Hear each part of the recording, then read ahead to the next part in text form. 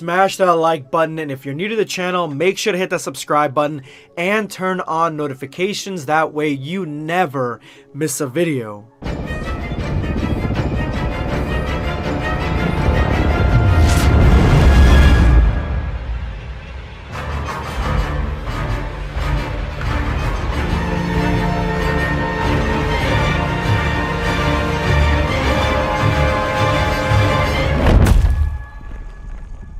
A good amount of people say that live action anime does not work, and these multi-million-dollar companies, they come out with new live action animes, whether they be in America, overseas, in Japan. They come out with them and they don't get a very good reception. And then you have projects on YouTube that are fan-made for all these different animes, and even Star Wars has a lot of them, and versus battles, all these what-if versus battles. All these projects garner millions of views and a lot of attention and a lot of likes.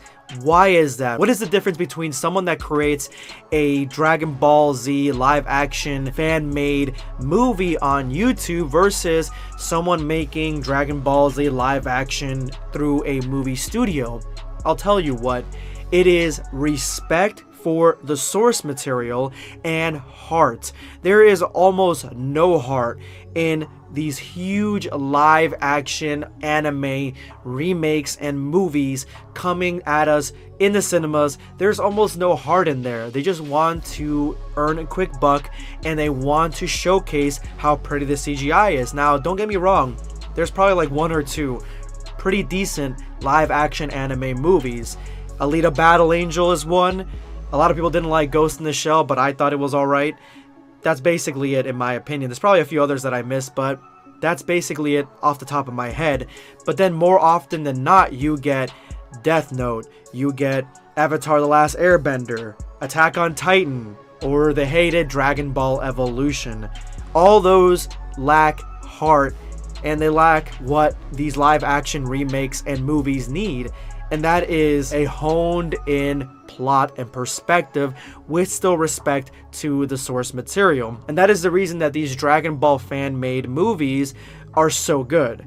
And Dragon Ball Z, The Fall of Men by Black Smoke Films is by far in that category. It is awesome, guys. I'm telling you right now, if you have not seen this movie, I'm gonna have a link to it in the description below and the top comment. Make sure you support them. But I also think that there is a tremendous elephant in the room that you have to get past, and that is the changes that are made in Dragon Ball Z: The Fall of Men, the liberties that were taken with the story. You have to reset your mind and focus in on this as a brand new viewing experience, knowing that making the entire Cell arc in one movie is impossible, and if they try, you get Avatar: The Last Airbender. So you have to take the concepts of Dragon Ball Z, Dragon Ball Super, old Dragon Ball, even Dragon Ball GT, and hone them in on one specific story. Make some changes here and there, and that is what Dragon Ball Z: The Fall of Men has done.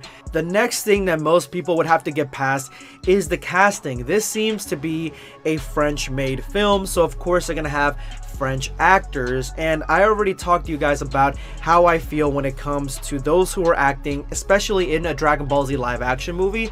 I talked about it a lot in Light of Hope. If you guys remember Light of Hope, I gave that movie, that fan movie, a lot of praise for the casting in those roles. In this one, it's an entirely French cast, so I completely take that out of my head. I'm not even reviewing that aspect, and I'm honing in on the story itself and what it says, what it means, and how the movie works as a whole without even thinking about the casting. So those are the things you gotta get through before you go into Dragon Ball Z: The Fall of Men with a clear mind. So let's go ahead and jump right in, and let's see exactly what Fall of Men has to offer. The entirety of this film is told by what seems to be Trunks' perspective from the very beginning, and it's all entirely narrated base. We get to see not only an ending shot of what happens to Trunks as soon as the movie starts, but we get a rundown as to what the world is without giving us too much exposition. We already know the story. We know exactly what the future of Trunks' world is, but in this there is one tremendous change, and that is there are no mechanical androids in this movie. We start out with what seems to be a fusion of Imperfect Cell and Perfect Cell all in one character, giving this creature a more alien-esque vibe, like a horror movie monster, which in my opinion is something so unique to this movie that this character is an entirely different character than the Cell that we know.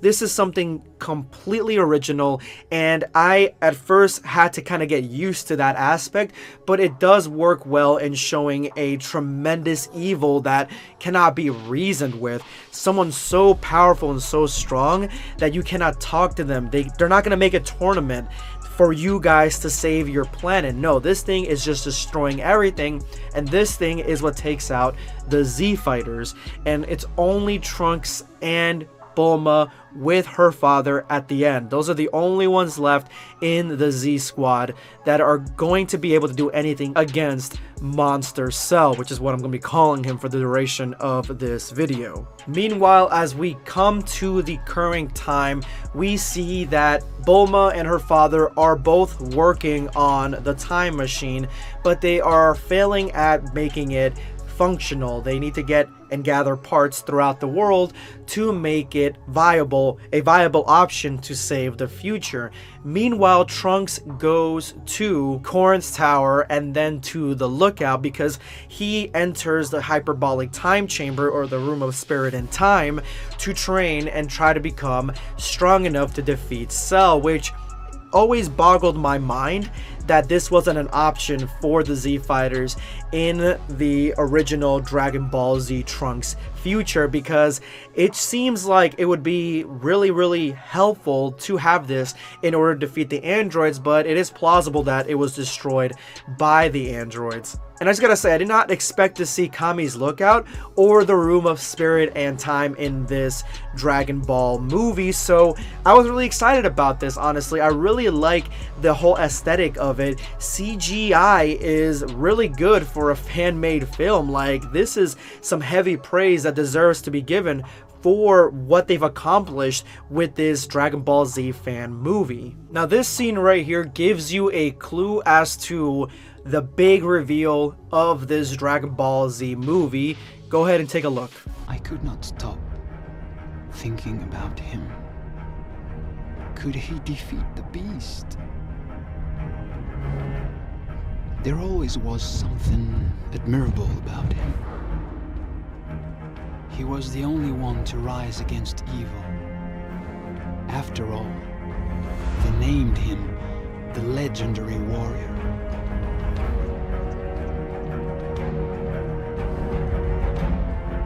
No, he died like an ordinary man. He wasn't special. He wasn't smart enough. I am. I know this is getting interesting, right? Let's keep moving. After another failed test of the time machine, they find that the one part they need is in a city that it seems to be either under destruction, under barrage, or already destroyed, and Bulma decides it is her job to go and get this part. But unfortunately for her, she doesn't make it. Cell ends up destroying, I'm assuming, her pod, leaving her stranded, leaving her to die, and Trunks feels this through his meditation and leaves Kami's Lookout to look for his mother.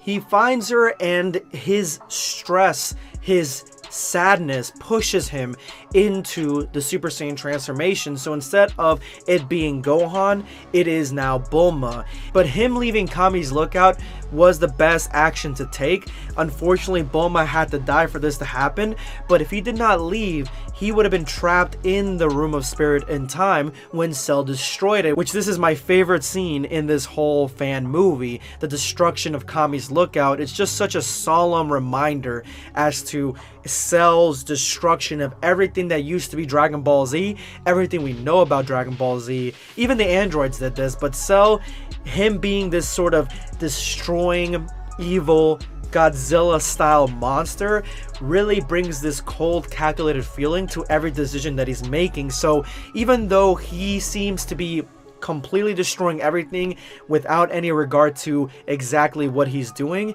he went for Kami's Lookout because I feel like he's looking for Trunks, and that is the reason that it got destroyed. Trunks confronts Cell, and Cell basically escorts him to this city in a rainy atmosphere, and everything seems extremely grave and very reminiscent of that last scene in Matrix, the third movie, where you have Neo fighting the main Smith while the rest of them just watch. It feels kind of like that, but the fight itself is actually really cool. I didn't think we're gonna get a fight between Trunks and Cell for some reason. I thought that he would escape to the past and that would be the whole movie, but we get a really cool fight, and of course this is CGI Trunks we're looking at here, but still, for this being a fan movie, it looks great and the fighting is intense. Let me show you a clip.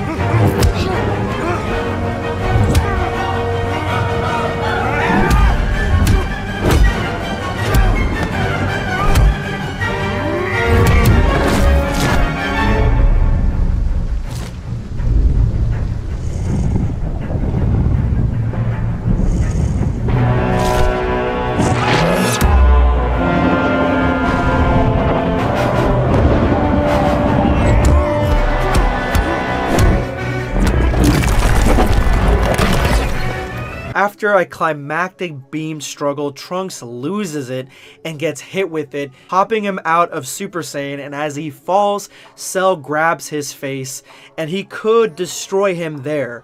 And this is what makes Cell such a realistic monster, just the intensity of that inhuman stare. And his design is just so, it gives you the creeps, honestly. It's just so unique in that way.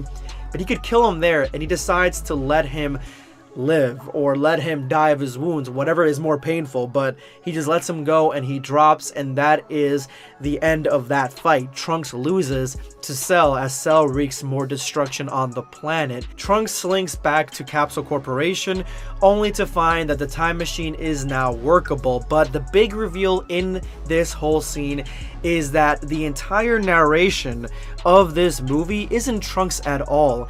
It's actually Vegeta. Vegeta left a cassette for Bulma that is intended for Trunks. Trunks was a baby at that point, where he was going to face off, I'm assuming against Cell. He did not make it, and that is his last words for Trunks. And Trunks is playing this throughout the entire movie, and this completely shocked me. I thought it was Trunks the entire time narrating his whole plight, but it is Vegeta. So this Dragon Ball fan movie, it definitely warrants a second watch, knowing that Vegeta's the one talking the entire way.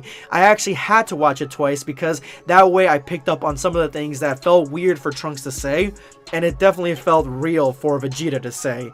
So Trunks goes back in time and he goes to Goku because that is the person that Vegeta entrusts with the safety of the future. And Goku is in the middle of eating. Like, this is the most realistic Goku eating in live action that I've ever seen. If they ever make a movie where Goku is in live action, he better be fucking eating like this, because he is just downing bowl after bowl. And that is when Trunks calls him out. We hear Trunks talk for the first time, the first dialogue that we hear anybody say besides Vegeta. Goku turns, and that is the end of this movie.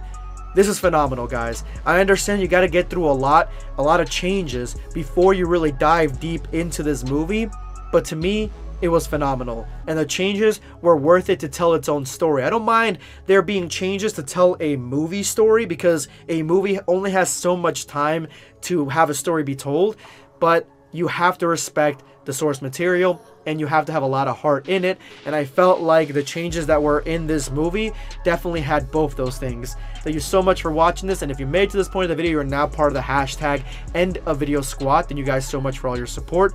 Make sure to drop that comment with that hashtag for a chance to be featured in my next video. Today, I'm going to be responding to Deron Garcia. During the story, I was thinking that 18 would attack her on the spot. Congrats to RoseScape. Thank you so much. I'll let RoseScape know. She's really happy that everybody was congratulating her through the comments of this video, and so much attention has been given to her Instagram and YouTube channel. You guys are the motherfucking squad, and 18, in my opinion, should have at least grabbed her, flown her over the ocean to wherever the nearest bus stop is, and just dropped her there and then went back. Thank you so much for your comment. This is going to be BlackScape signing off. Take care, guys.